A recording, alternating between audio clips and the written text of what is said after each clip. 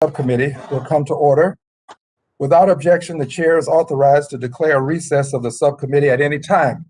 Without objection, members of the full committee, not on the subcommittee, are authorized to participate in today's hearing. As a reminder, I ask all members to keep themselves muted when they are not being recognized to minimize disturbances while members are asking questions of our witnesses. The staff has been instructed not to mute members except where a member is not being recognized and there is inadvertent background noise. Members are reminded that all House rules related to order and decorum apply to this remote hearing.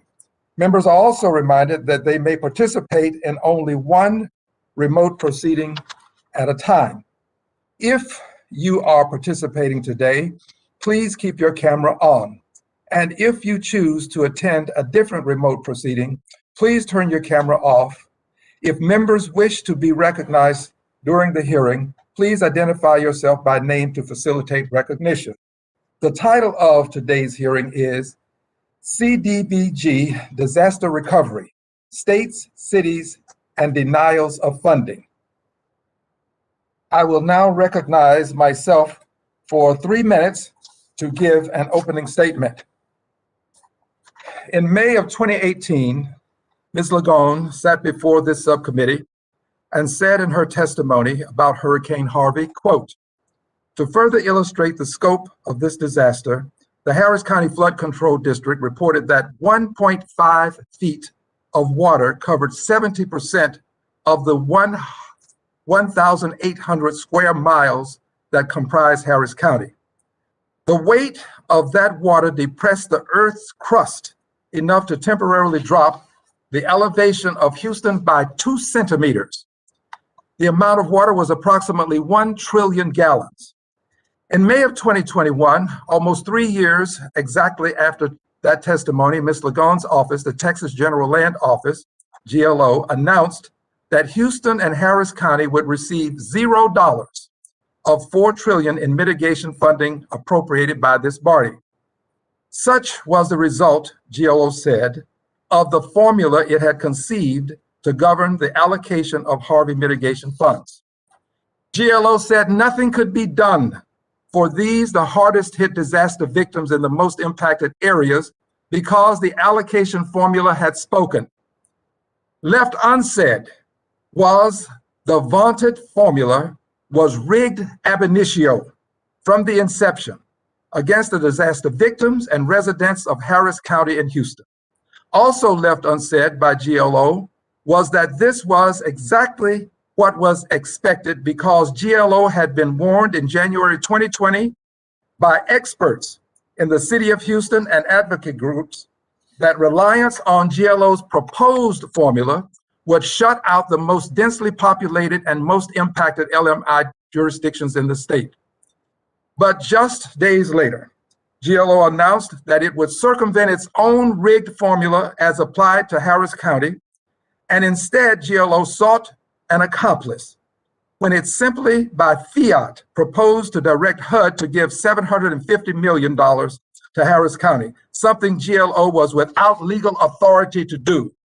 Then, in a fit of pique, GLO falsely and publicly stated that HUD had denied its request for direct allocation to Harris County, though should any first-year law student read the law, they could tell you that it flatly prohibits direct allocation to certain jurisdictions, and Harris County, unfortunately, was included in these jurisdictions. And so today we're here to provide critical oversight of a rigged formula, the hijacking of a federal mitigation appropriations process, and to do what we can to prevent the rigging of the system by a grantee of federal resources in a manner that further victimizes the victims of disasters.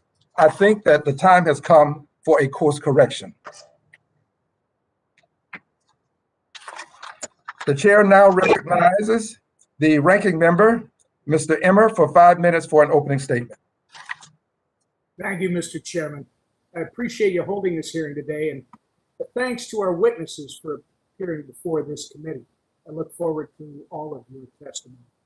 The Community Development Block Grant Disaster Relief Program is designed to address the unmet needs of our most vulnerable communities. to help low and moderate income people and help small businesses fully recover from the most severe natural disasters.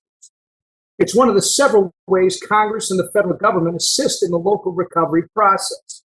Currently, this program lacks the proper oversight needed to succeed in this endeavor, so we frequently see instances where these funds are misused and our government struggles to swiftly distribute billions of dollars in disaster relief to those that need it most. Why is this program so susceptible to waste, fraud, and abuse? I hope the testimony we hear today will help to better understand that question and help to shape our continued efforts as a committee, specifically the efforts of my colleagues, Chairman Green and Congresswoman Wagner, to codify this program. When disasters strike, it's critical that aid comes in an effective and efficient manner. This can only be done through implementing proper controls and oversight of the distribution of billions of dollars in disaster relief. I'm proud that this committee shares this priority. As we explore, or as we will explore in this hearing, communities are currently left without a clear understanding of where to turn and how to properly access the Community Development Block Grant Disaster Recovery Funds. If codified, this program will establish a clear, streamlined structure so all parties involved in distributing relief to communities understand the processing guidelines. For example, the supplemental appropriations for disaster relief far exceed the annual appropriation for the Department of Housing and Urban Development's Community Development Block Grant Program. We need to be smart stewards of the taxpayers' dollars and codify this program because, frankly, there are too many dollars at stake to manage the program on an ad hoc basis. Of course, no two disasters are the same, which is why it is so important that affected communities are able to put this money to the best use. But it is crucial that this program has the proper controls in place. This funding is supposed to help rebuild homes and infrastructure, provide assistance to affected business owners, and support our low and moderate income communities. But time and time again, we see examples of grantees misusing disaster recovery money for purposes outside the scope of approved action plans, or we see bureaucratic gridlock in distributing funds appropriately. The Department of Housing and Urban Development's Office of the Inspector General has spent years conducting audits and investigations of this program, revealing potential for mismanagement and the possibility of waste, fraud, and abuse. I look forward to the witnesses' testimony so we can further our efforts to protect vulnerable communities in times of disaster, increase transparency into the program, and establish the proper structure and oversight so funds can be swiftly distributed. Thank you, Mr. Chairman. I yield back the remainder of my time.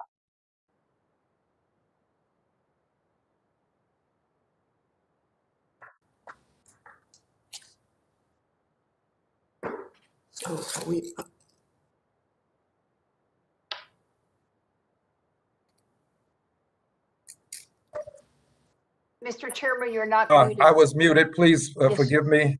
Thank you, Mr. Emmer. The chair now recognizes the chairwoman of the full committee, the gentlewoman from California, for 1 minute. Thank you so very much, Chair Green.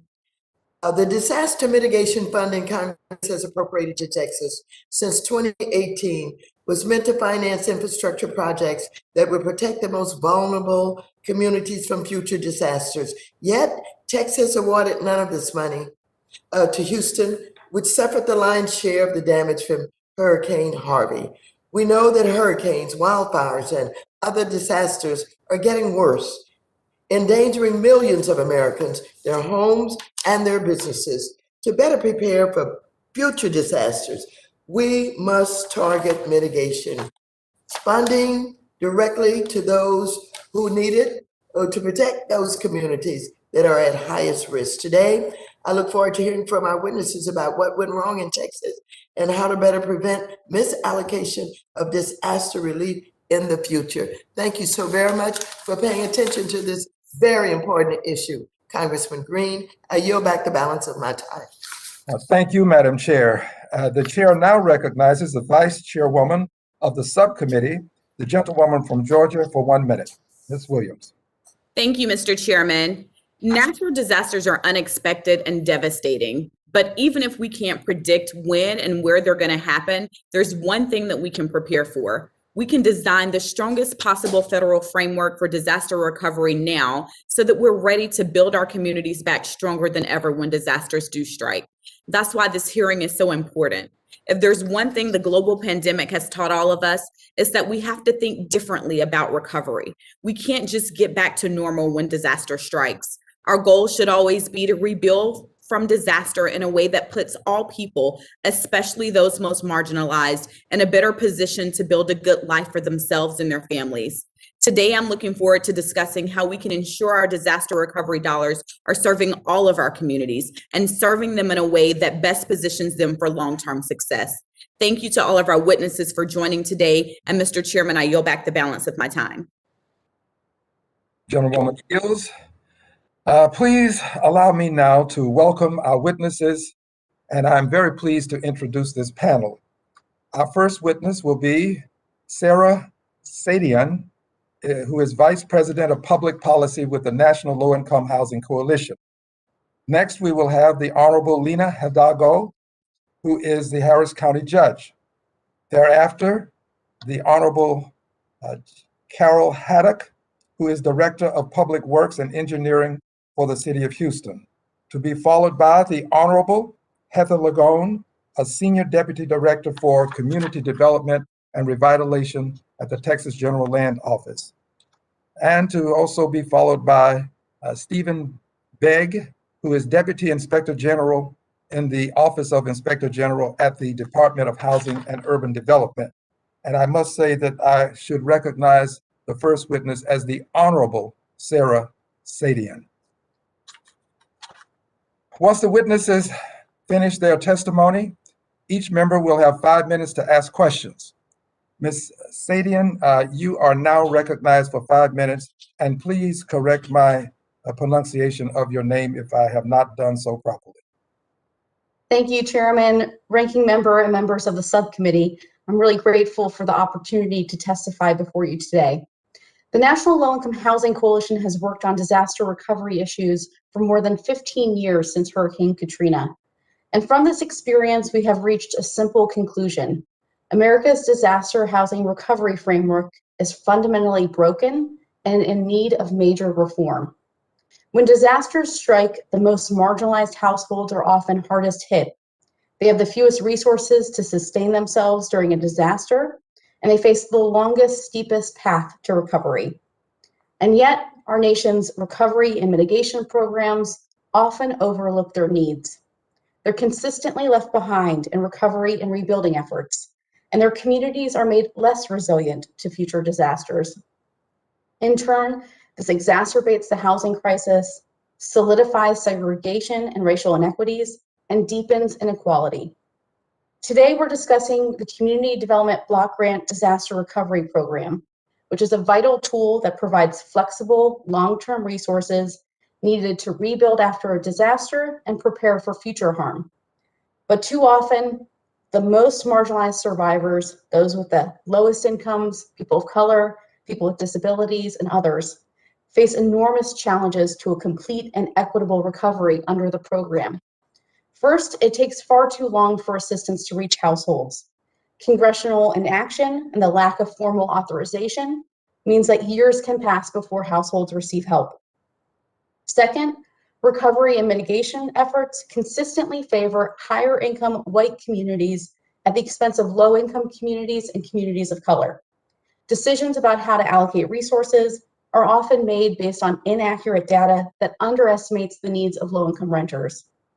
Low-income communities and communities of color are often located in areas that are at higher risk of disasters and have less resilient infrastructure due to decades of disinvestment. And yet resources tend to go towards higher income communities that face lower risks. The consistent lack of fair housing and civil rights enforcement by HUD means that survivors are further marginalized, and state action plans can contribute to inequity. And third, disaster recovery efforts often worsen America's housing crisis. A major cause of the housing crisis is the severe shortage of housing affordable to people with the lowest incomes. And for too long, these homes have been placed in areas at greater risk of natural disasters. When a disaster strikes, affordable housing is often damaged and destroyed, but never rebuilt.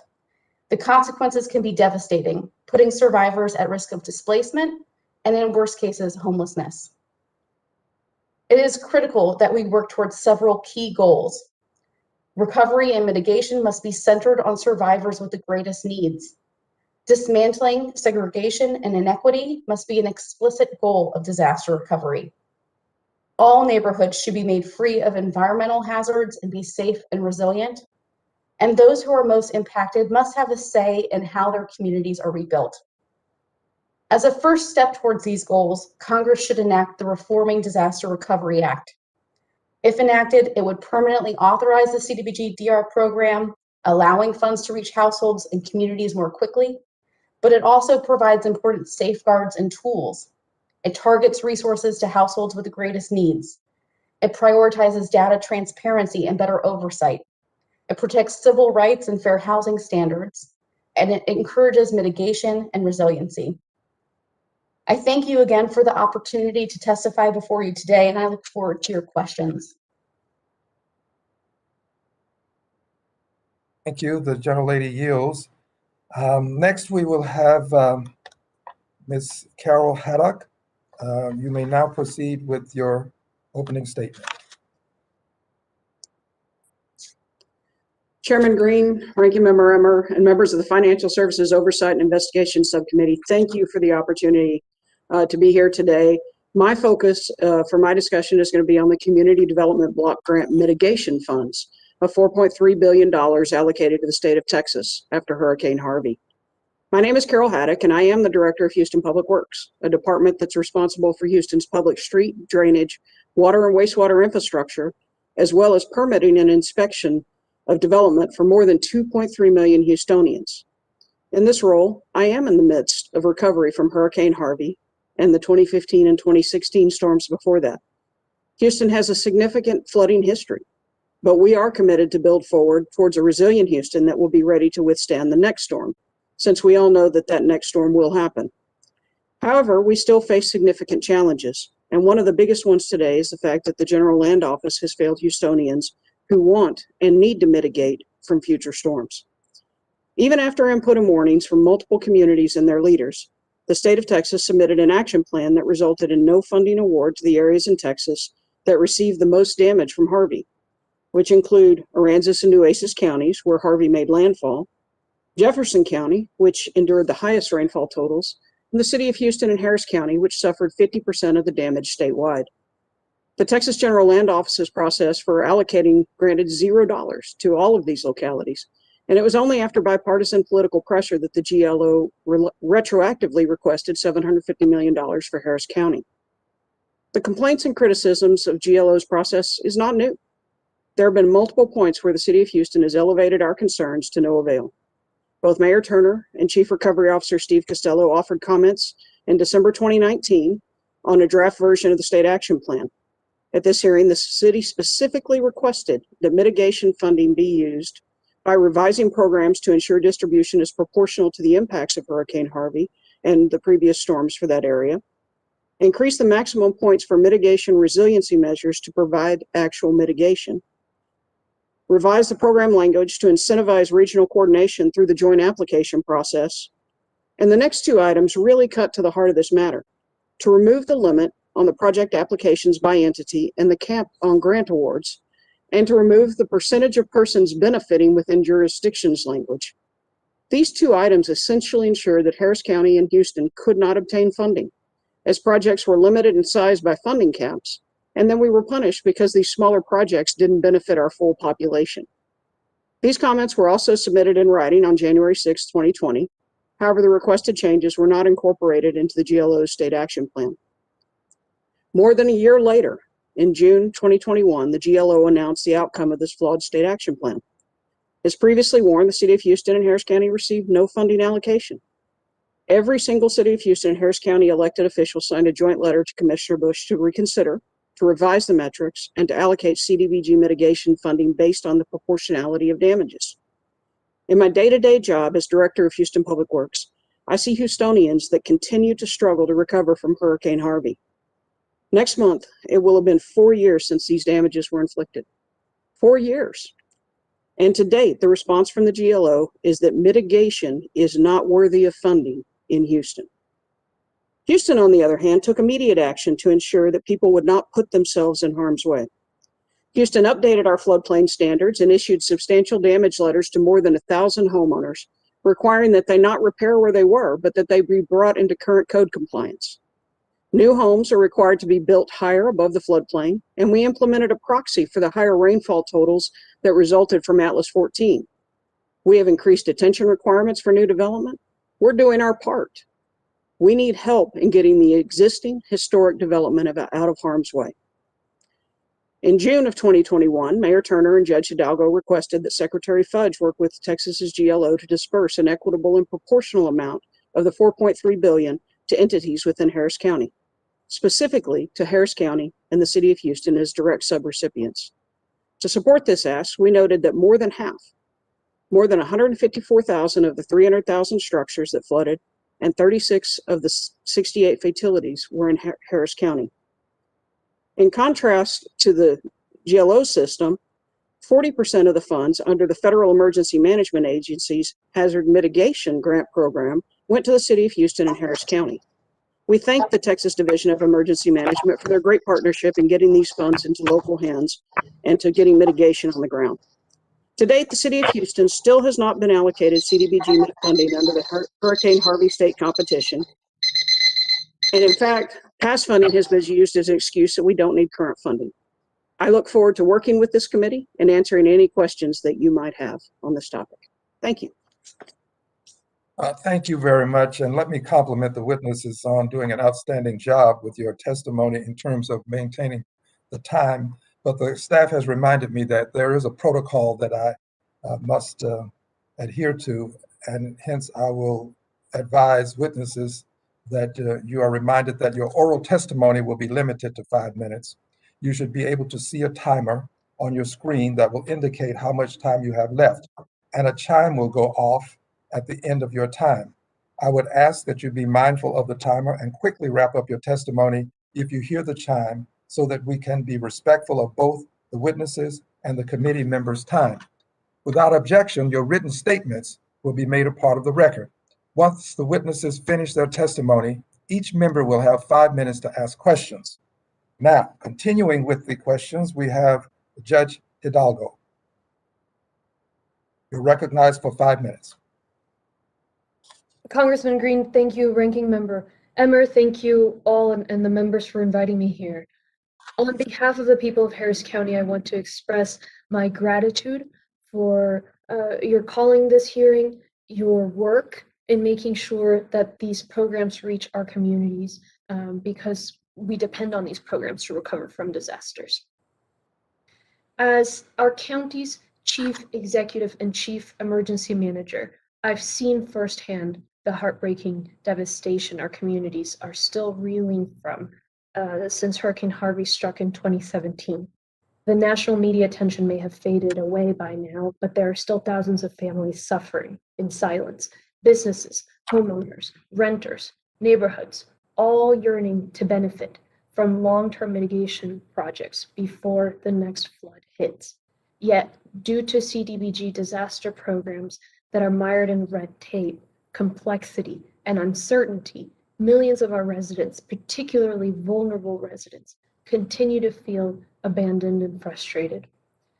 Harris County bore the majority of fatalities in Texas due to Hurricane Harvey.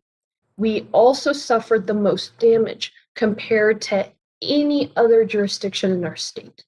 More than half, around 154,000 of the roughly 300,000 structures that were damaged or destroyed across the state during Harvey were in Harris County.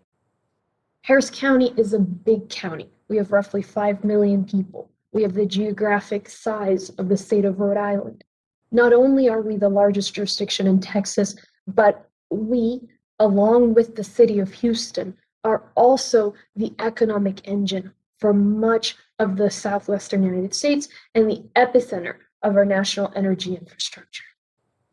Despite our past losses, despite our growing risk in the face of climate change, despite the national importance of our critical energy infrastructure, Our county received 0 CDBG mitigation funds in the latest round of funding.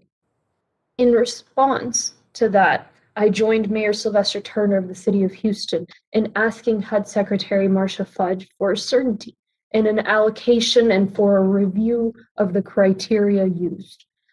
I also have expressed those 2 goals to members of our congressional delegation.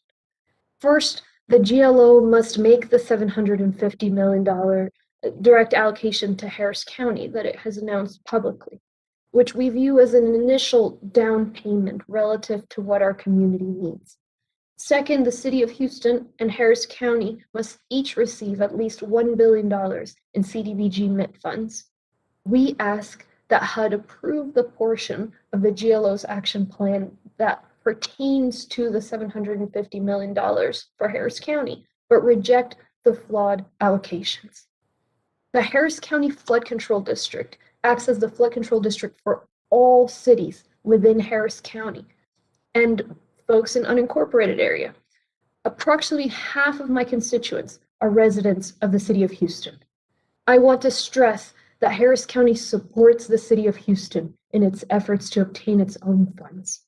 I must also note that if approved by HUD, the projects proposed in the current action plan for the $750 million are focused on LMI areas of the county, and around half of the funding would go to projects located within the City of Houston. In addition to the recent debacle with the CDBG MIT program, the CDBG DR program also has been a source of trauma and frustration for residents, particularly as it's been when it comes to programs like the homeowner assistance and reimbursement programs, which are designed to help and protect vulnerable and low-income individuals. Unlike FEMA funds, which flow quickly and with certainty in the hours after a declared disaster, CDBG DR funds take years to reach survivors with no certainty as to how much or when funds will arrive. Each grantee has a different way of administering the funds, and the funds are mired in delays as rules are developed, RFPs are written, etc. There is no intuitive or standard way for survivors to sign up for help. Required documentation is burdensome and varies. And we need CDBG DR funds to be treated as emergency funds. When it comes to flood control or flood recovery relief, the people of Harris County care about results, not action plans, appropriations, or competition rules. Thank you for your time. Thank you, Judge. The chair now recognizes Ms. Lagrone for 5 minutes to give an oral presentation of your testimony. Good afternoon, Chairman Green, Ranking Member Emmer, and members of the committee. My name is Heather Lagrone. I'm the Senior Deputy Director for Community Development and Revitalization at the Texas General Land Office. Thank you for having me here today to help clarify the record on our recent mitigation allocation, and in so doing, hopefully provide information that will be helpful in removing some of the restrictions that limit the state's options when dispersing these kinds of funds. On February 8, 2018, Congress passed Public Law 115-123, directing the U.S. Department of Housing and Urban Development to make available no less than $12 billion in community development block grant mitigation funds to specific grantees that received CDBG DR allocations for 2015, 2016, and 2017 disasters in the same proportion as received in CDBG DR funds. With no further congressional intent provided, and more than 1.5 years later, HUD published Federal Register dated Friday, August 20th, 2019, and named the state of Texas as a grantee responsible for administering almost $4.3 billion in 140 total eligible counties. I want to emphasize that the Federal Register specifically indicated mitigation funds were provided to mitigate disaster risk and reduce future risk in areas impacted by recent disasters, in contrast to some of the public statements. None of this money could be used for recovery from past events. HUD was very specific in the CDBG MIT funds are to be used distinctly different purposes from the CDBG DR funds. The State of Texas Action Plan outlines the use of funds, programs, eligible applicants, and eligibility criteria in accordance with HUD rules and requirements and extensive guidance. The plan included competitions for eligible entities for each of the 3 disaster years and 8 additional programs for mitigation projects and resilient housing totaling the nearly $4.3 billion. The plan was sent to HUD on February 3rd, 2020, after an extraordinary public outreach effort, including a 50-day public comment period and 8 regional public hearings, more than doubling HUD's federal requirements. HUD approved the plan, including the mitigation competition scoring criteria, on March 31st. HUD and the state of Texas executed the grant agreement January 12th, 2021. Of the $4.3 billion allocated to the state of Texas, the GLO set aside $2.3 billion to fund local mitigation projects through a competitive process. In May of 2020, the GLO launched the first round of the competition for nearly $1.2 billion. Applications were submitted by cities, counties, special purpose districts, and eligible Texas counties impacted by Hurricane Harvey and severe flooding in 2015 and 2016. The GLO received more than $6.5 billion in requests for mitigation project funding, underscoring the urgent need for increased resiliency throughout the eligible area.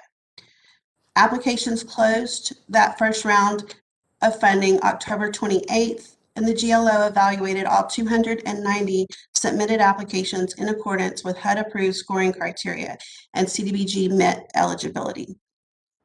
The eligible applicants with the highest scores were awarded funds. The GLO conducted 3 competitive application programs that awarded $31 million to 2015 mitigations competition, $135 million to 2016 mitigation competition, and $975 million to the Hurricane Harvey mitigation competition. To understand the shift in focus from HUD's CDBG DR program to this new CDBG program, it is important to note HUD's definition of mitigation: those activities that increase resilience to disasters and reduce or eliminate the long-term risk of loss, life, injury, damage to, and loss of property, and suffering and hardship. In a letter to the GLO dated June 14th, HUD stated, unlike CDBG DR allocations, which are allocated based on a long-established disaster-based formula, CDBG MIT was made available in Public Law 115.123, confirming that the GLO could not consider previous damage in administering these funds. While drafting the action plan, the GLO staff repeatedly reminded HUD staff that previous damage was not a consideration.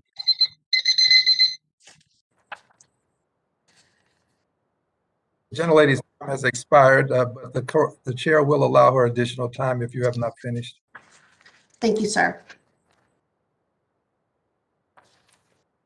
Harris County is one of 28 counties impacted by all 3 eligible events. The county government, Harris County Flood Control District, and the City of Houston did not submit applications that were competitive against the higher scoring projects submitted by other eligible entities, and as such did not receive direct funding from the Hurricane Harvey mitigation competition round 1.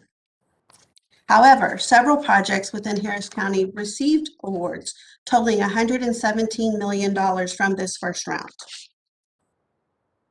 For the record, the Texas Land Commissioner George P. Bush was by design recused from the scoring committee and the scoring process. The commissioner was informed of the competition results only after the projects had been through eligibility review and scored in accordance with the federally approved action plan.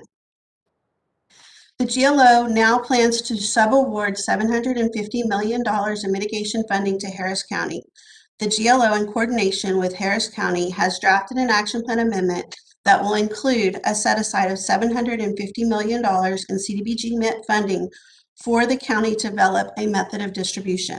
The remaining funds in the mitigation competition, the HMG supplemental, coastal resilience, and planning programs will be reprogrammed to direct at least $500 million in additional funds to the regional mitigation. There are currently 3 active federal registers governing the CDBG mitigation funds. Per HUD requirements, the action plan is currently being translated from English into 5 additional languages. When translation is completed, we are required to post for public comment for 45 days and hold public hearings to gather additional comments. Once we have responded to those comments, the action plan will be sent to HUD, which has up to 60 days to approve or deny the amendment. As a state operating under 20 different federal registers with 7 separate disaster events and 3 federal registers over simply the CDBG MIT grant, streamlining the process and permanently codifying the CDBG DR grant program will be extremely beneficial. It will provide grantees clearer guidance, reduce the time it takes from disaster impact to program implementation, and prevent references to multiple federal registers. I'm happy to take any questions. Thank you very much. Your time has indeed expired. At this time, the chair will recognize Mr. Stephen Begg, who is the Deputy Inspector General in the Office of Inspector General at the Department of Housing and Urban Development, for 5 minutes. You may proceed. Good afternoon, Chairman Green, Ranking Member Emmer, and distinguished members of this committee. Thank you for the opportunity to participate in today's hearing. It is my honor to represent the dedicated oversight professionals of the HUD Office of Inspector General and to discuss our work related to disaster recovery. In recent years, we have identified the administration of disaster recovery assistance as a top management challenge for HUD, as the frequency of disasters and the amount of federal spending on them through HUD's programs has increased exponentially. We appreciate the department's commitment to working with our office to continuously improve its disaster programs, but several themes from our work remain challenges for HUD. The lack of permanent program requirements, grantees building capacity to manage large grants early on, and then to spend funds timely to achieve intended outcomes, and HUD maintaining capacity to monitor grantees as the program increases in size and complexity. Our office believes that codifying HUD's disaster program requirements is critical to reducing the amount of time it takes for grantees to access funds and deliver assistance to the individuals and communities in need. In 2018, we recommended codification of the requirements that do not change across disasters. Earlier this year, we found that the timing of HUD's release of federal register notices and signing of grant agreements for the 2017 disasters was significantly delayed due to its negotiations with OMB about potential new requirements. HUD could reduce the amount of time it takes to work through these phases with grantees by standardizing aspects of the program. Our reviews have also found grantees are challenged early in the process to hire adequate staff, establish internal controls, and stand up systems sufficient to manage large grants. The complexity of program requirements outlined in many federal register notices can exacerbate these challenges, especially for grantees with limited experience. We found capacity issues existed for the HUD grantees in Texas and Puerto Rico, and we noted specifically that the unprecedented amount of grant funds they were administering was a significant factor in their struggle to establish capacity. We know that codification would not solve all of the issues that grantees face, but it could provide grantees with more certainty about core requirements while they are planning and establishing programs immediately following a disaster. HUD and its grantees could then focus more on addressing capacity issues with technical assistance and working through the unique circumstances of each recovery and mitigation effort. As grantees build systems and processes to comply with standard requirements, those programs could be executed more efficiently in future disasters. Providing clear, reasonable expectations for grantees would also help avoid spending delays later in the grant cycle. We have identified recently that the complexity of new requirements can cause confusion even for experienced grantees and lead to years-long delays in spending at the local levels. In our report on HUD's top management challenges, we noted our concern with the increasing number of disaster grantees that HUD has designated as slow spenders. We're currently reviewing HUD's process for monitoring and assisting these grantees in increasing the timeliness of their activities. HUD has made progress increasing its staffing capacity and procedures to oversee grantees, but opportunity still exists to improve insight into grantee operations and data, especially at the sub-grantee level. Increased access to data would also assist HUD and our office in detecting and preventing fraud, waste, and abuse. The COVID-19 pandemic exacerbated the existing challenges in HUD's disaster programs, as HUD was unable to conduct on-site monitoring reviews for an extended period, and many grantees struggled to communicate effectively with their local partners and to advance construction projects and control costs. Moving forward, our office will continue conducting oversight to help HUD achieve its strategic objective to support effectiveness and accountability in long-term disaster recovery. We believe codification is an important step towards achieving that objective. We appreciate the bipartisan efforts from the members and staff of this committee to advance legislation on codification, and we look forward to supporting your work on this topic in the future. Thank you for the opportunity to discuss our oversight work. I look forward to answering your questions. Thank you, Mr. Begg. I now recognize the gentlewoman from California, the chair of the full committee, for 5 minutes for questions.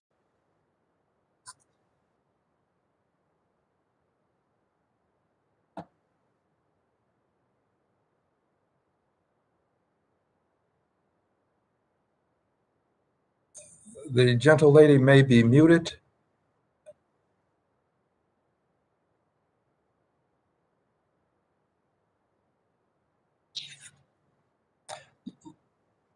Let me please move forward, and I will now recognize the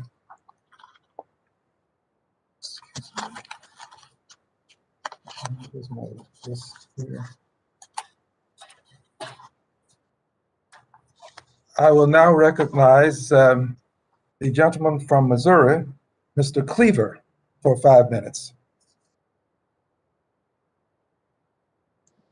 Thank you, Mr. Chairman, and I appreciate you having this this committee hearing. As you and I have discussed, I'm chairing the subcommittee on housing and community development, which takes in, of course, HUD Oversight Committee subcommittee, and this is something that's very important to me, and it's something that we've got to get right. I don't need to remind you, Mr. Chairman, that you are the full committee chair, and I were in Mississippi and Alabama. Point of order, Mr. Chair. We can't see Mr. Cleaver. His camera's on. Oh, wow. I apologize. I want to be seen because I got on a new tie. So thank you. Pardon me. Pardon me, Mr. Chairman. I apologize. So here's what I'd like to the question I want to raise to you, Mr. Emmer.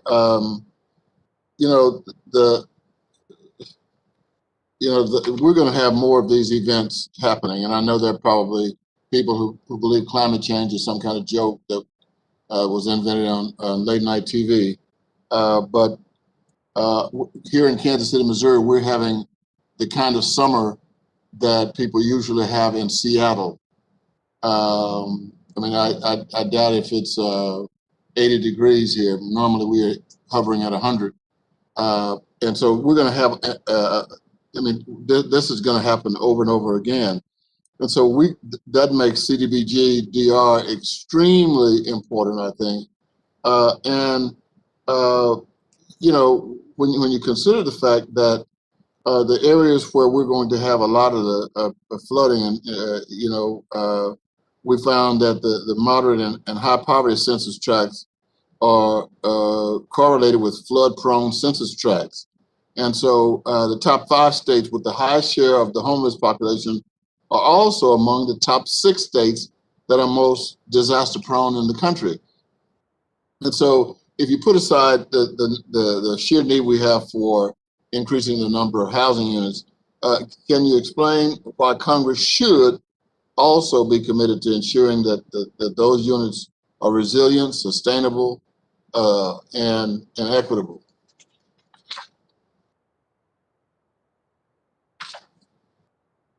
In other words, increasing the number of housing units is something we're working on. But do you see the need also for us to make sure that the units that we are helping to build or redevelop are resilient and sustainably built and sited equitably? When I say sustainably built, I mean I'm talking about the housing that was built in Ward 9 down in New Orleans up to Katrina, which Mr. Green and I have both seen. I mean, do you think that we need to start now trying to make sure that poor people living in those areas, as we're building affordable housing, should not we start thinking about building them with a higher level of sustainability? And Mr. Chair, Mr. Cleaver's camera went off. Mr. Cleaver? Yes. We've lost sight of you again, and we'd like to see that lovely tie that you have. Yeah, I'm sorry. I was trying to reach Mr. Emmer. I'm sorry. I was talking to him about sustainably built housing for poor people in areas that are likely going to be hit with repeated events like Katrina. And I talked about the housing we saw in New Orleans. And my time probably is running out. Mr. Emmer. You're putting that to me, Mr. Cleaver? I'm sorry, Mr. Chair. No. I was looking at your face. I was actually I wanted the question to go to Miss Saadian. I'm messing up your name too. Like I probably mess up others. So forgive me, and would you please respond? Sure, happy to. It's really important that we're building both resiliently and in areas that are at less risk of disasters.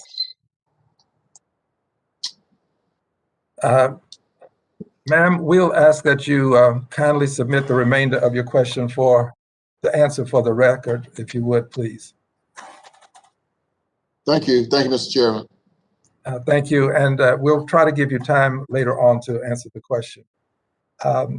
The chair now recognizes Mr. Emmer for questions for 5 minutes. Thank you, Mr. Chair. Ms. Lagrone, so the record's clear. How much federal funding for housing repair and mitigation has Houston actually received to date? And of that amount, how much has actually been spent? Yes, sir. So the city of Houston and Harris County both received about $1.1 billion each for disaster recovery unmet needs. The city of Houston has spent about $88 million of that, and the county has spent about $29 million of that $1 billion each. So how many homes has the city of Houston helped to rebuild in the past 4 years? The city of Houston has built just over 250 homes as of today. Out of how many that were damaged? That number is kind of a sliding scale. I think earlier testimony said 300,000 houses were flooded in Houston. Thank you. Is it true that the Department of Housing and Urban Development had to take over Houston's housing programs? And if so, what was the reason? So HUD did not take over the programs, but the GLO did have to take over the housing programs for the city of Houston and Harris County. In both instances, the state is the grantee to HUD, and Harris County and the city are subrecipients to the state of Texas. And those programs were not progressing as quickly as we wanted to see them progress. And our programs were doing really well in the other 48 counties. So we stepped in to utilize our resources within the city limits of Houston and in Harris County. Yeah, man, city limits of Houston, you're talking about 29 billion of a billion that had been spent, and it was roughly 200 homes, and that's why they stepped in. Yes, sir. You mentioned the city opted for a lawsuit to obtain a temporary restraining order instead of working with the General Land Office. I'd like to drill down on the state of affairs at that time. You mentioned that Houston received nearly 1.3 billion in housing funds. I think you said 1.2 just a second ago. Can you tell us how many people had the city of Houston reached with that pot of money as of when the city filed for the temporary restraining? Sure. So the city had completed less than 100 houses at that point in time. And how much money did Houston budget for the purpose of suing the GLO? The number that I saw in the press was $700,000. And what was the effect of the restraining? Did it shut down General Land Office's work rebuilding and repairing homes in Houston? It definitely slowed us down in the initiation of our bringing those resources to the table within the city limits, yes. When the temporary restraining order went into effect, how many homes had the GLO rebuilt and how many reimbursements had been issued by that time?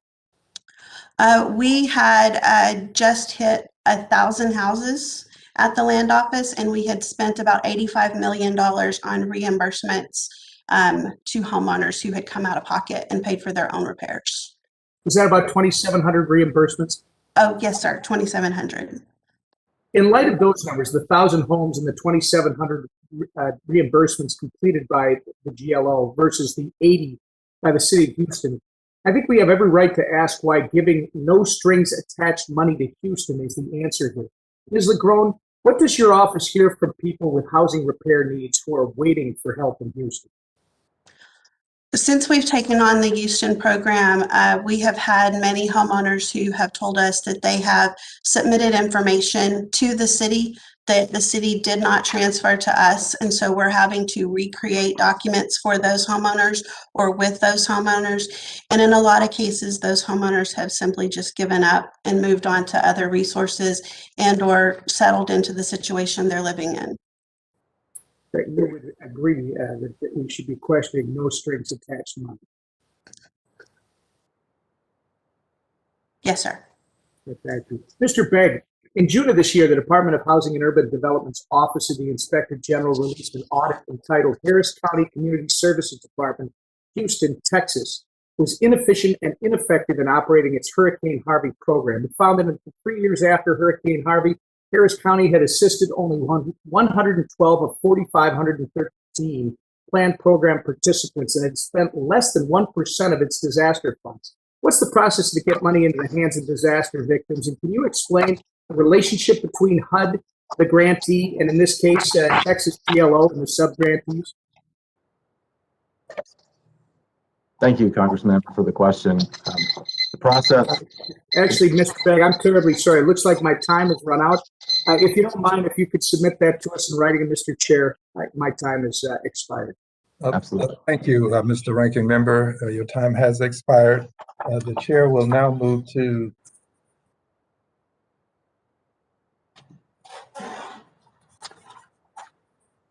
Ms. Adams of North Carolina for 5 minutes. Thank you, Chair Green and Ranking Member Emmer and Chairwoman Waters for holding the hearing today. To our witnesses, thank you as well for your testimony. After Hurricane Matthew devastated eastern North Carolina in 2016, CDBG's disaster relief account provided over $200 million, which has helped tens of thousands of North Carolinians here in my state to get their lives back on track. Now, I know I was proud to vote for that critical funding in HR 5235 along with you, Chair Green. But I think it's important to point out that in my home state, these critical CDBG DR dollars were put to use to help solve the affordable housing crisis that was exacerbated by national disasters like Hurricane Matthew. And according to the North Carolina Office of Resiliency, 76% of CDBG DR funds allocated to my state were used to repair homes. And that statistic shows us just why it's necessary that we make sure that these funds are being used as Congress intends and not held hostage. So, Ms. Sadion, what are the disadvantages to states, localities, and victims of disaster of Congress's failure to codify the rules for CDBG DR? And what do you recommend with respect to codification? So the lack of authorization means that communities have less advanced knowledge of what they'll be held to, how program dollars can be used, which means that they can't prepare in advance of disasters. And it also means that money will reach them and households in need much more slowly. It's really important that Congress pass the Reforming Disaster Recovery Act to help those dollars reach communities more quickly. But there are other really important tools and safeguards that are in the bill that will also help communities and survivors. The bill requires that dollars are targeted to those who are most in need, and that we're equitably allocating resources between homeowners, renters, and people experiencing homelessness, and that we are rebuilding to a higher resiliency level. There are additional things that aren't in the bill that I think would also go a long way towards helping communities.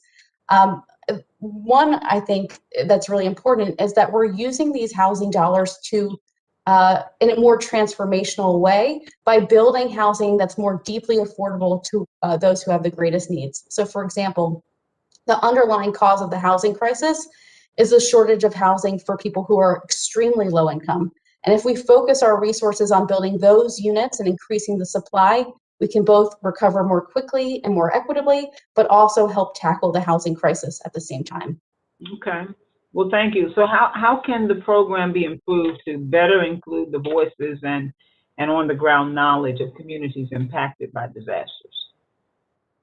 That's a great question. What we see over and over again is that state and local government officials are under enormous pressure to get dollars out as quickly as possible. And so that means that they often make the public input process very short and ineffective. What needs to happen is that communities are engaging with those who are most impacted before disaster hits and throughout the process. So there can be mid-course corrections and improvements to programs if they're not working and if they're not reaching households. We also need to see this when it comes to decisions about how to rebuild and whether to mitigate or whether households need to relocate. And because there's not formal authorization of the program, we see wildly different outcomes in different communities. So for example, in New Jersey, after Superstorm Sandy, households weren't able to receive recovery dollars if they wanted to relocate to safer areas. But in Puerto Rico, households were told that they have to relocate and couldn't use dollars to mitigate or to build more resiliently. It's really important that those decisions are made equitably and that the people in those communities are driving the decisions about whether and how to rebuild. Well, thank you. Some of your comments indicated that we need to be a little more proactive. But thank you very much for your question, Mr. Chairman. I'm going to yield back. Gentlelady yields. Mr. Loudermilk, Georgia, is now recognized for 5 minutes. Well, thank you, Mr. Chairman. I appreciate everyone on the panel today and for this hearing. First, I'd like to emphasize the need for a permanent statutory structure for the CDBG DR program. The lack of a permanent law governing the program means that anytime Congress activates the program following a disaster, the structure of the program must be established on an ad hoc basis, and HUD must engage in a rulemaking process every time new funds are appropriated. Of course, this leads to major inefficiencies and delays with distributing funds. For my first question, Mr. Begg, do you agree that with this assessment, and can you explain the problems that are caused by the lack of structure for this program? Thank you for the question, Congressman. I do agree with your assessment, and our office has historically. The problems that we generally see, I touched on in my opening statement, but first and foremost is timeliness. There are stages of the process that cannot be completed while HUD is in the process of making requirements through Federal Register notices. There are aspects of grantee and sub-grantee planning that cannot take place with certainty while that happens. And ultimately, these initial lags in planning and development of programs cause future downstream delays that could be taken care of in large part by standardizing the requirements that don't change across disasters and grants. All right. And I appreciate that. And something else I appreciate is that Mr. Green and Ms. Wagner have been working on a bipartisan basis over the past several years toward providing a permanent statutory framework for the program. And I hope that we'll be able to get this bill signed into law this Congress. Mr. Begg, I know you're aware of many examples of wasted CDBG-DR funds, the disaster relief funds, that were supposed to go to housing improvements but have gone to museums, flood walls, ports, state slush funds, and other areas that are not intended for the purpose of the funds. So besides establishing a permanent statutory structure for the program, what should Congress and HUD be doing to eliminate waste or misappropriation in this program and ensure funds are used for their intended purpose? Thank you again for that question. One area that we see as potential to eliminate fraud, waste, and abuse is increased access to grantee data and standardization of the data and the reporting that grantees and sub-grantees are required to provide to HUD. That would assist us and the department in proactively analyzing and assessing risk early on so that we can prevent it rather than chase it. So something besides just misuse of funds, we need to eliminate the waste in general, but it also needs to be balanced with the need to distribute the funds promptly. What other changes can be made to make sure that the funds don't take 3 and 4 years to distribute? Oh, something that you just mentioned, Chairman Green's proposed draft of legislation includes deadlines and timelines that are built in to the statute that would require out of the gate certain deadlines be met in each phase. Creating expectations along those lines would be consistent with promoting more swift distribution of the funds. Oh, thank you, Mr. Begg. Mr. Chairman, I appreciate the time, and even though this is unusual for me, I will yield back the balance of my time. Thank you. The chair will remember this in the future. The chair now yields to Ms. Tlaib, the gentlelady from Michigan. Thank you so much, Chairman Green, for convening this important hearing. As many of you know, we just had some record rainfall in Michigan where thousands of our families were underwater, their homes, some of our city halls, and even some of our hospitals. And the president just approved our emergency request for assistance. So this is very timely. One of the most immediate and devastating impacts of disasters is on housing affordability for our low-income neighbors. And markets across the country are already squeezed by the lack of housing supply, and disasters often cause dramatic spikes in rental prices, leading, of course, to displacement, evictions, and homelessness. So, Sarah, I was really struck by the portion of your testimony where you outlined the effects of disasters on the housing stock. Basically, like zip codes in the Houston area, for instance, saw rent increases of 50% after Hurricane Harvey. Large portions of North California's housing stock were wiped out by one of the wildfires that happened in 2018. And so one of the things I was hoping is, if you can describe or talk about how long did the rental markets in these communities take to really truly recover to pre-disaster levels, if ever? And were low-income residents permanently displaced as a result of the delayed and inefficient CDBG DR distribution? Yeah, that's a great question, and there are a lot of elements to that. But what we have seen is that for too long, affordable housing has been sited in areas that are at a higher risk for disaster. The National Low Income Housing Coalition has just put out a report taking stock that found that a third of federally assisted households that are at higher risk of natural disasters, which is higher than those in the private market. Which means, and they're also surrounded by inadequate infrastructure, which exacerbates disasters when they happen, so that rental units are lost and oftentimes never rebuilt.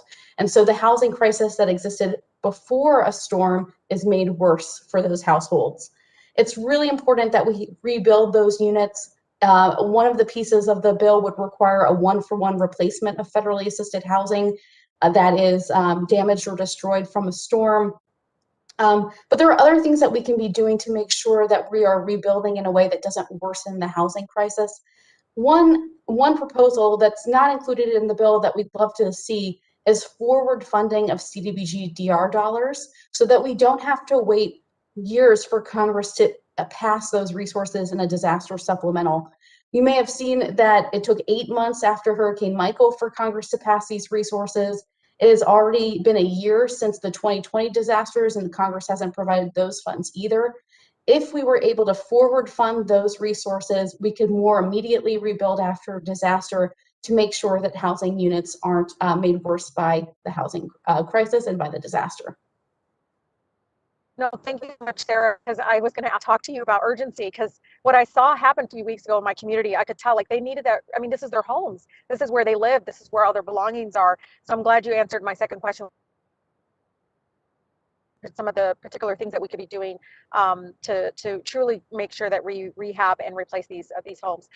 You all know, due to climate change, disasters are intensifying and really leaving more damage in the wake than ever before that we've seen. And I'm curious to hear your ideas on how we, similar to, I know what Sarah had talked about, but for example, in my community, we're seeing that flood maps are increasingly inaccurate and out of date, and certainly don't take into account climate risk right now. In fact, we just got a one-day, rainfall, as I described, that was worse than 1,000-year rainfall. Our water system didn't even have any projections for an event like this. And this isn't just in my district. This is happening with, waves that have scorched the west side of our country and so much more. And so when 100-year floods and wildfires have become annual occurrences, I think we need to be adapting to how we invest in our recovery funds. So to all the witnesses, are there ways we can reform CDBGDR programs to promote resiliency in affected communities and avoid costly disasters in the future, particularly in areas that may be more susceptible to disasters today than they were 10 to 20 years ago?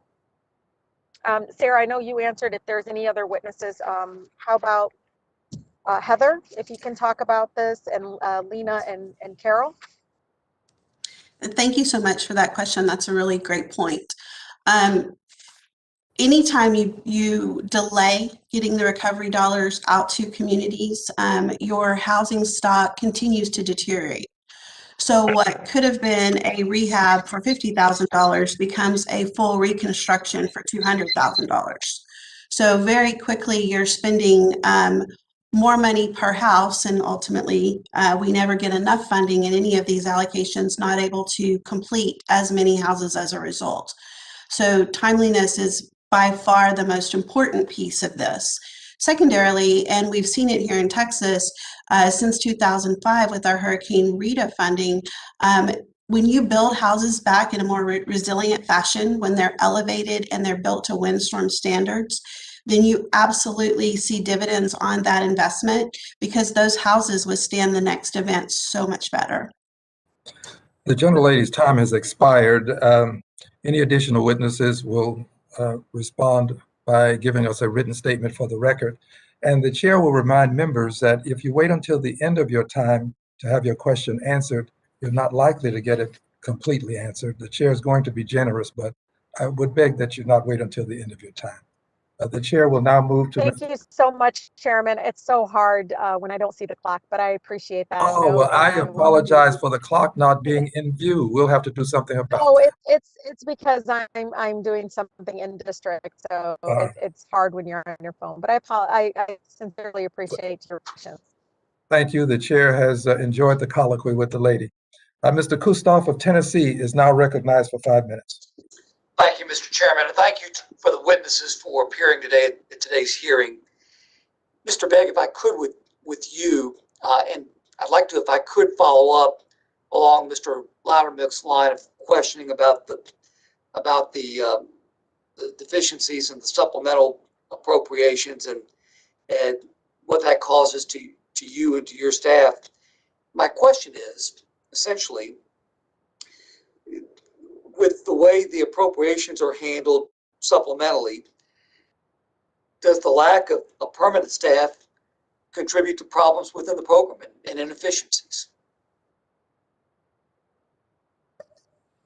Thank you for the question. If I could ask a clarifying question, the lack of permanent staff, what was the question? Yes, sir. Well, let me ask you, is there in fact a lack of permanent staff? And if the answer is yes, does that contribute to inefficiencies? Thank you for the clarification. With respect to HUD staff, there are permanent staff within the Office of Community Planning and Development that oversee the administration of block grant assistance, and then specifically disaster recovery and special issues is the name of the division.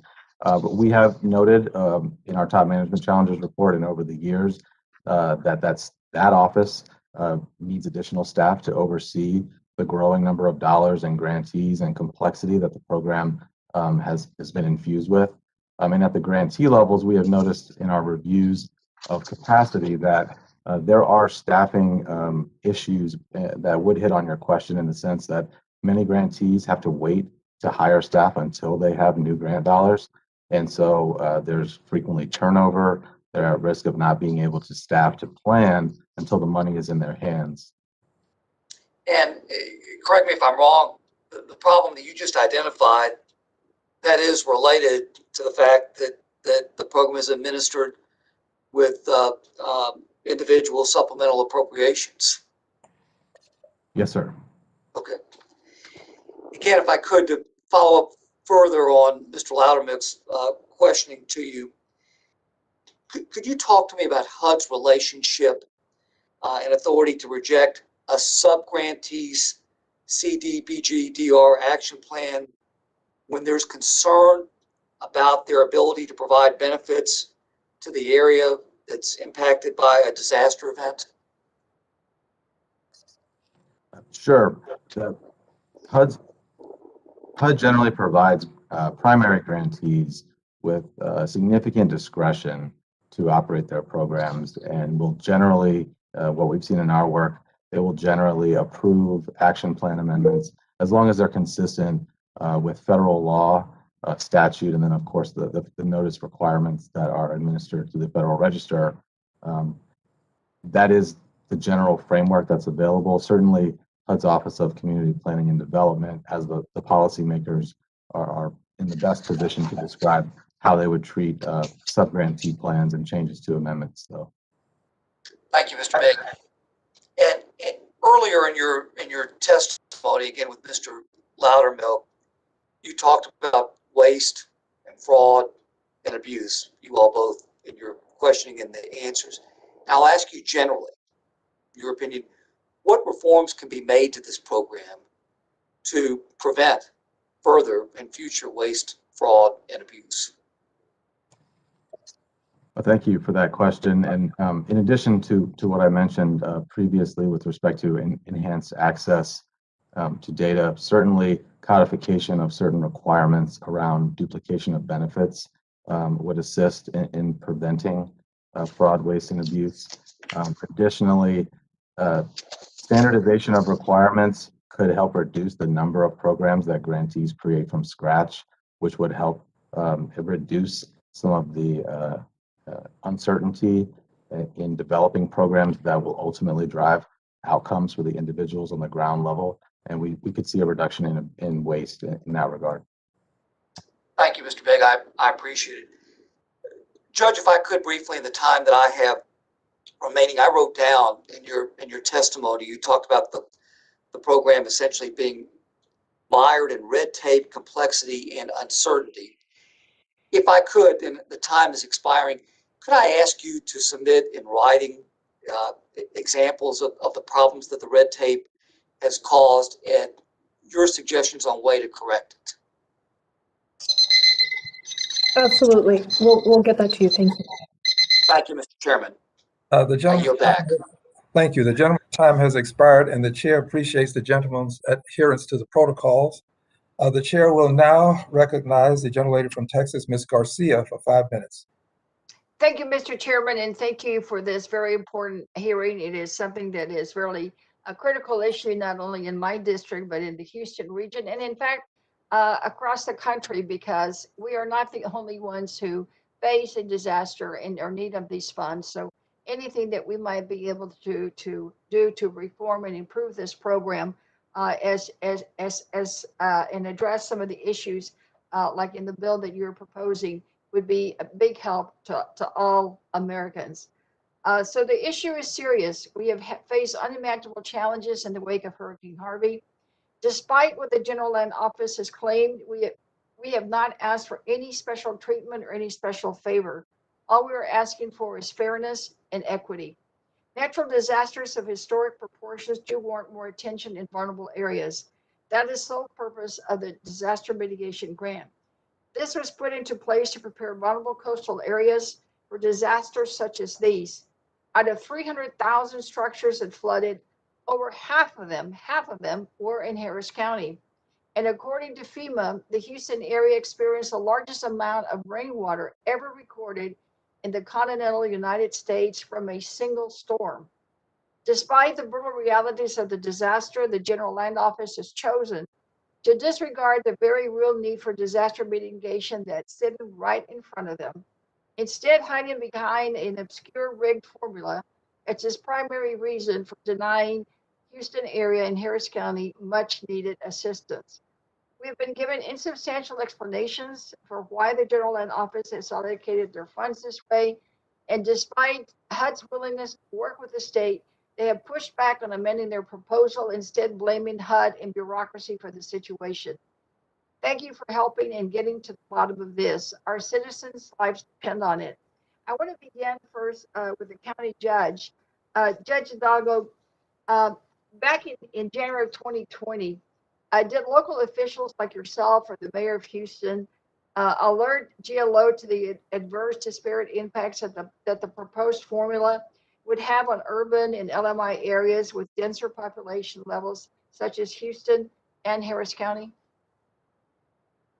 Yes, Congresswoman, I know the mayor and officials with the city did, at least. Did you join him in that? And what was their response?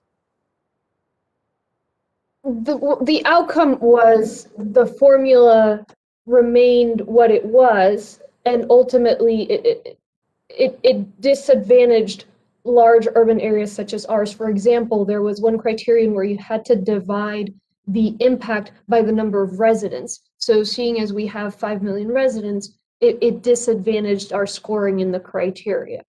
That's it was almost as if it was purposely done to exclude large urban areas. That was my sense, our sense, that it was disadvantaging urban areas, and that is why I'm asking, alongside Mayor Turner, for a review of that initial formula. That said, I also am asking for certainty in the $750 million, because my constituents, it's irrelevant to them when or how the funds come. We just know we need around $1 billion in funding for flood control, Harris County and the city of Houston each. So we really need that $750 million. Okay, so let's ask Ms. Lagrone. Who participated or who devised the formula? Thank you for that. The General Land Office is the state of Texas designee for the disaster recovery. We know all that. I'm asking the specific question: who devised the formula in the General Land Office? It was done here at the General Land Office. No, ma'am, you've been very clear that the commissioner did not score. Well, did the commissioner participate in any way in devising the formula? Oh, my apologies. No, it was created in our community development and revitalization area in my team. So did the commissioner participate, review it, staple, mutilate it, score it? I mean, did he participate in any way in the development of the formula? He did not. He did not. All right. So it's abundantly clear that the grant program is not based on past disasters. And I reviewed the GLO's application guide. However, I still have some clarification that's needed. You designated 50% of your MIT funding to state most impacted or distressed counties. None of these counties overlap with HUD's designated most impacted or distressed counties.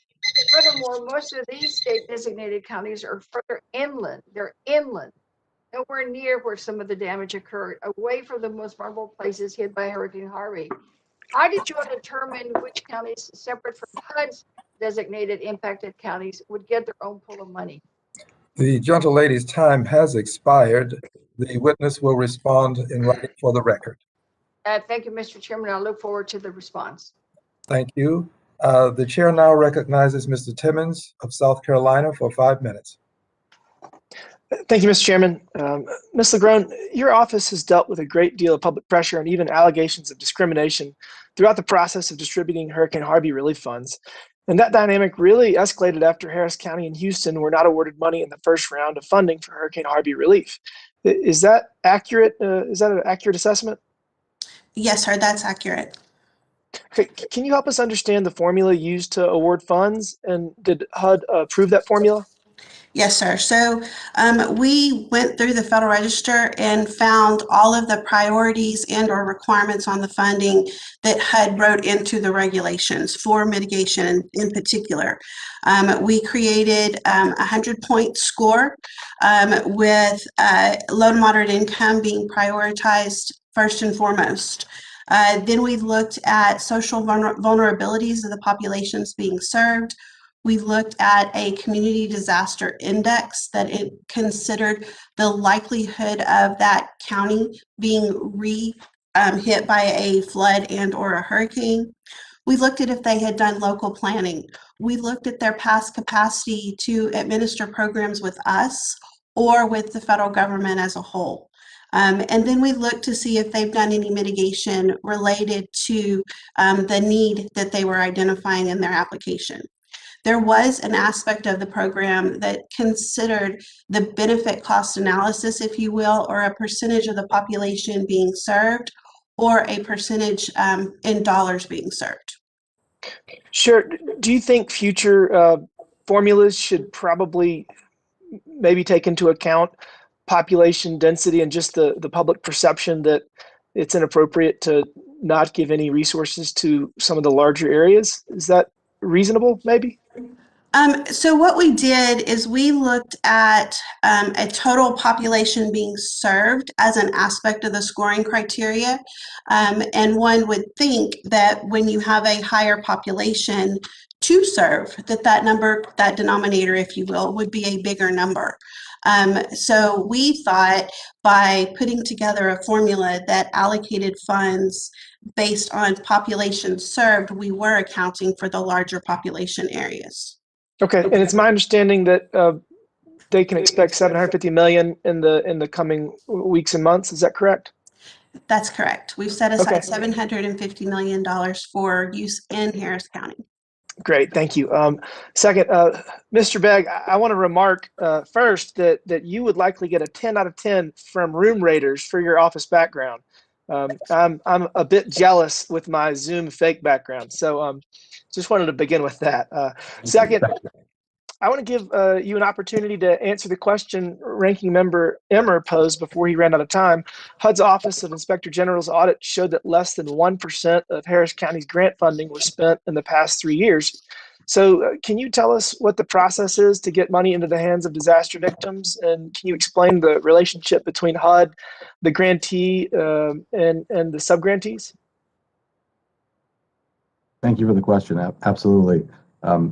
As I mentioned, after Congress appropriates funding for a disaster, HUD goes through a process of determining the allocation that will go to the grantees, and grantees then in turn will work to determine the method by which they will distribute that funding to the affected areas, those most impacted and distressed. And they will work with subgrantees on occasion when they deem appropriate to utilize their offices to distribute the money locally.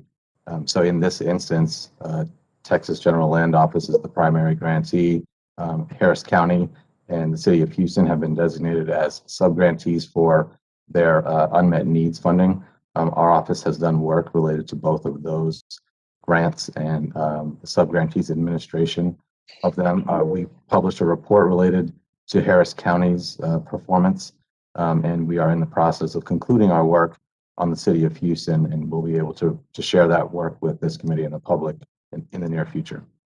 Sure, thank you. I think maybe the shorter answer is that the government bureaucracy takes time, and the faster we can get the money to the people that have been adversely impacted, the better. I have a follow-up question. I'm running out of time, but I was doing some research, and it seems like a lot of these projects go places other than to low and moderate income families that have been impacted by disasters. And I'm going to send you an additional question, and I'd appreciate an answer in writing. So really, I just appreciate y'all taking the time. And Mr. Chairman, I yield back. Thank you. The gentleman yields back. The chair now recognizes the gentlewoman from Georgia, the vice chair of the subcommittee, Ms. Williams, for 5 minutes. Thank you, Mr. Chairman. And Ms. Lagrone, I want to follow up on some discussion that you've been having earlier. In your written testimony at page 2, you quote the August 2019 Federal Register notice, which said CDBG MIT funds do not require a tieback to the specific qualified disaster that has served as the basis for the grantee's allocation of CDBG MIT funds. Am I correct in reading this to mean that while a tieback to a particular disaster, such as Hurricane Harvey, was not required under the rule cited, neither was a tieback prohibited by the rule? That is correct. A tieback was not prohibited. However, it was not required, and HUD told us that damage from a previous event was not something we should consider with the allocation of the methodology that we put together. So that the tieback was not prohibited by the rule. Therefore, would you agree that under the HUD rule cited, GLO could have tied back the CDBG MIT funded projects to Hurricane Harvey? No.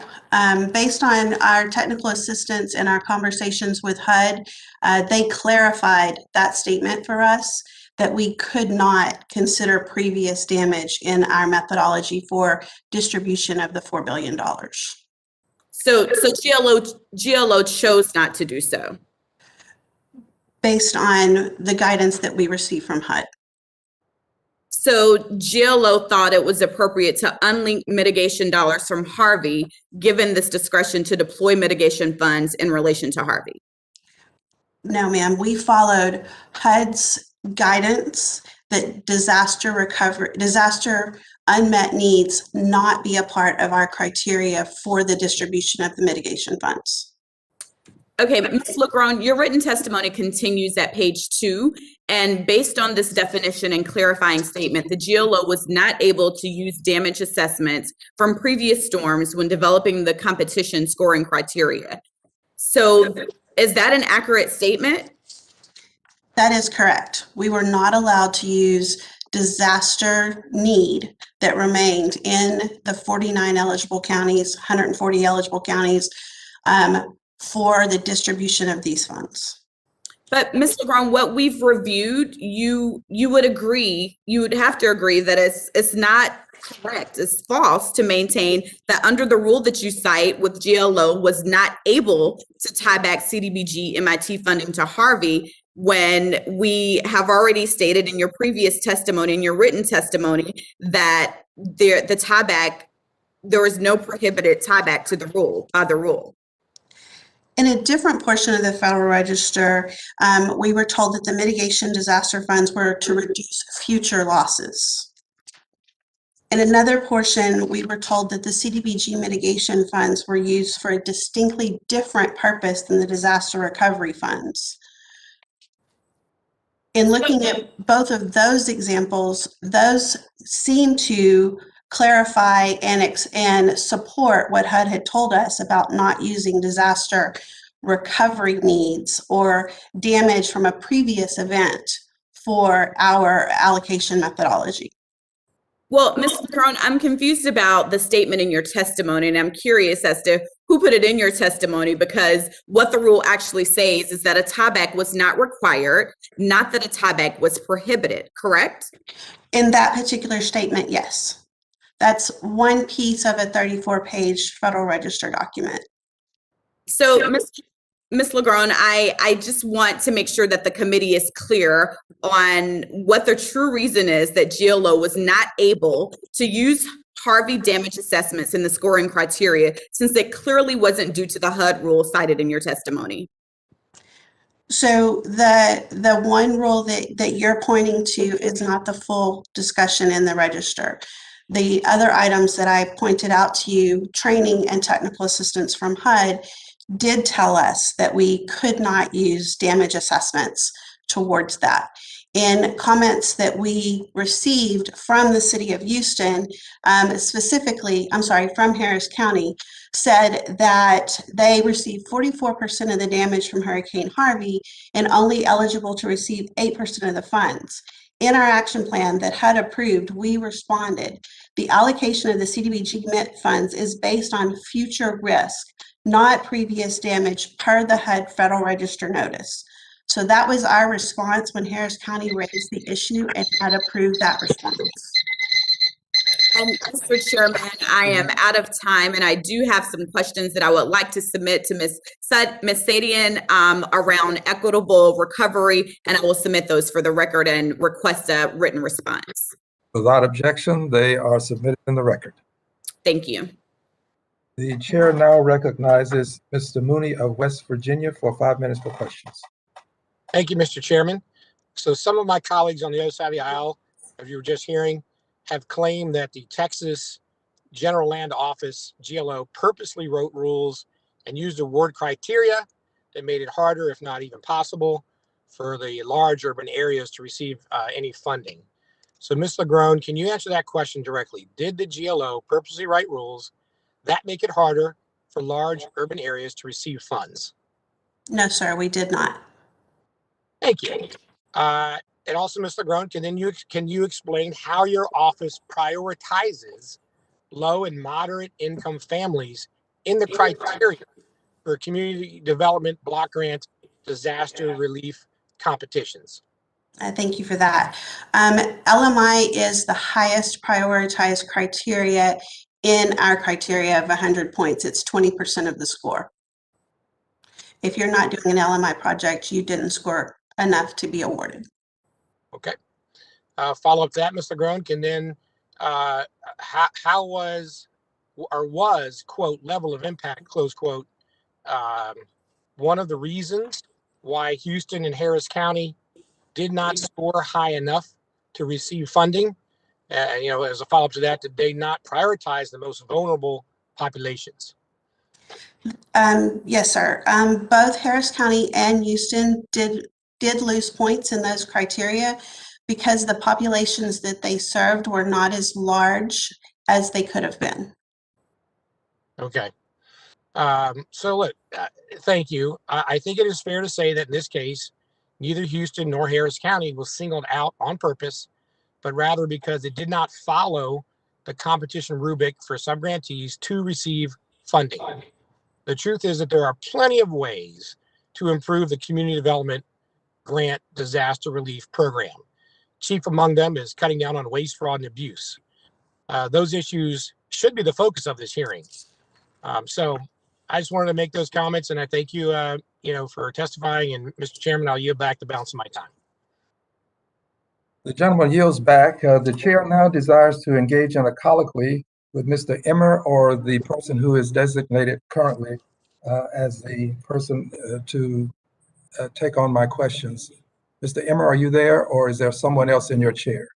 William Timmons is here from South Carolina to sit in for Emmer. Thank you, Mr. Timmons. Thank you very much. The chair would ask now, do you have any additional witnesses that you would have, any additional persons who will be asking questions? Any additional congresspersons to ask questions? No, Mr. Chairman. All right.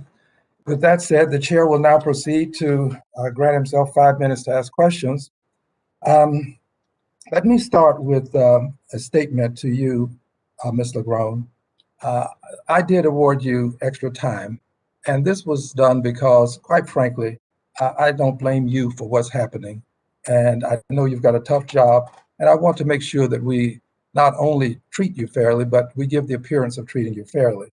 So I thank you for the answers that you've given, and I thank the members for indulging me and allowing me to accord you the extra time.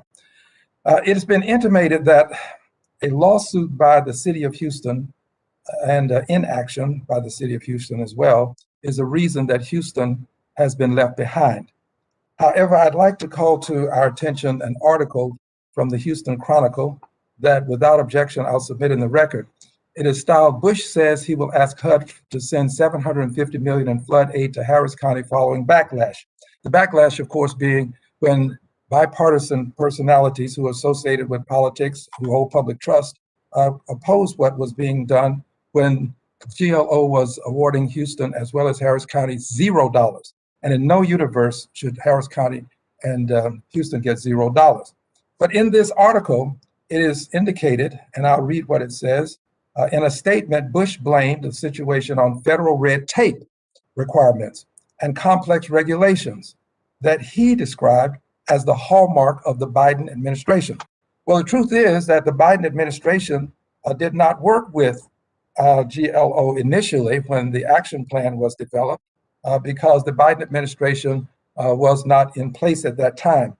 So Ms. Lagrone, would you just kindly answer that one question? Isn't it true that the Biden administration was not in place when you initially worked on your action plan? That is correct. Continuing, the Biden administration did have an opportunity to work with you, but I would like to mention another article from the Houston Chronicle dated June 1st, 2021, styled Bush blamed federal rules for Harris County's lack of flood aid. Our analysis shows that's false. This is the Houston Chronicle.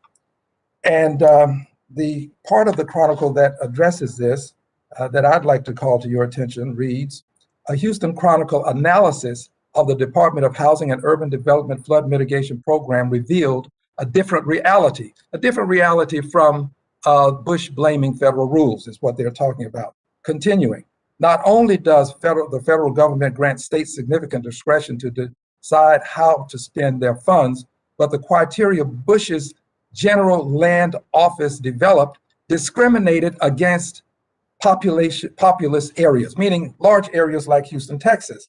Now, this is the Houston Chronicle alleging the discrimination, and there's additional information, empirical evidence that they contend supports the notion that there was some discrimination taking place, such that areas that were less populated were going to receive dollars more so than the areas that were more populated. Isn't it true, ma'am, that you adhere to a formula when you distribute these dollars? You have to adhere to a formula that's a part of your action plan. Isn't this true? Yes, sir. The criteria is in the action plan. Yes, ma'am. And isn't it true that the action plan was developed at some time prior to your actually announcing the results, wherein you said that you indicated that Houston would get zero as well as Harris County $0? Isn't it true that that plan was developed before that announcement? That's correct. The action plan was submitted to HUD February of 2020, and we announced awards for the mitigation beginning in March of 2021. So if you were adhering to your action plan, you could not deny Houston and Harris County, but more specifically Houston, funds by virtue of inaction on Houston's part related to construction of homes, or inaction by virtue of them filing a lawsuit as opposed to doing something else. It would be true that you were adhering to an action plan that had a formula that didn't include lawsuits, a formula that did not include Houston possibly doing something that you found offensive. Isn't it true that it was an action plan that you were working with? Yes, so the criteria. Well, that said, excuse me, I'm going to do this. I did give you a large amount of time initially. I have to close and I have 11 seconds. Friends, it's become somewhat intuitively obvious that we have a circumstance wherein we have to take corrective action. I'm proud to work with Ms. Wagner, and hopefully we'll come up with something that our members will be able to support. I'd like to yield back the balance of my time as my time has expired. Now, dear friends, let me move to bring our hearing to an end. And to do this, the staff has given me an ending that I shall have to call to your attention. Mr. Chairman. Yes, the chair recognizes the gentleman for a question. Yes, Mr. Chairman. I would make a motion for unanimous consent to give you an extra 5 minutes if you would like. The chair appreciates the generosity.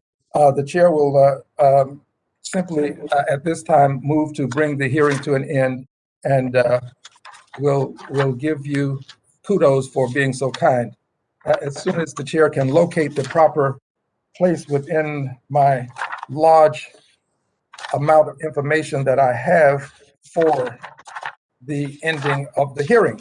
My staff has done a great job. They've given me much more than I possibly can use, which means that I am not moving quickly enough. So chair, members, please tolerate me for just a moment as I move to the ending that I should have immediately before me.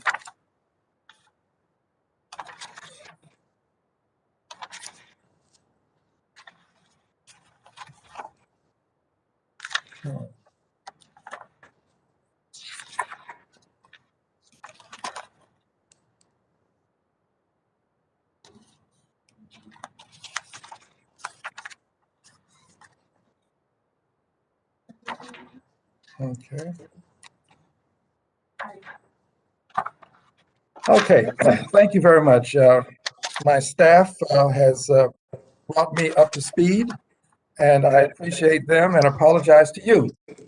Allow me now to thank the witnesses for their testimony and for devoting the time and resources to share their expertise with this subcommittee.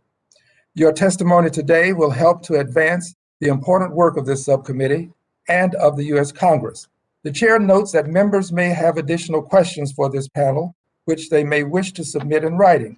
Without objection, the hearing record will remain open for 5 legislative days for members to submit written questions to these witnesses and to place their responses in the record. Also, without objection, members will have 5 legislative days to submit extraneous materials to the chair for inclusion in the record. And I must remind members to submit written questions and materials for the record to the email address provided to your staff. Friends, thank you for your participation. This hearing is now adjourned.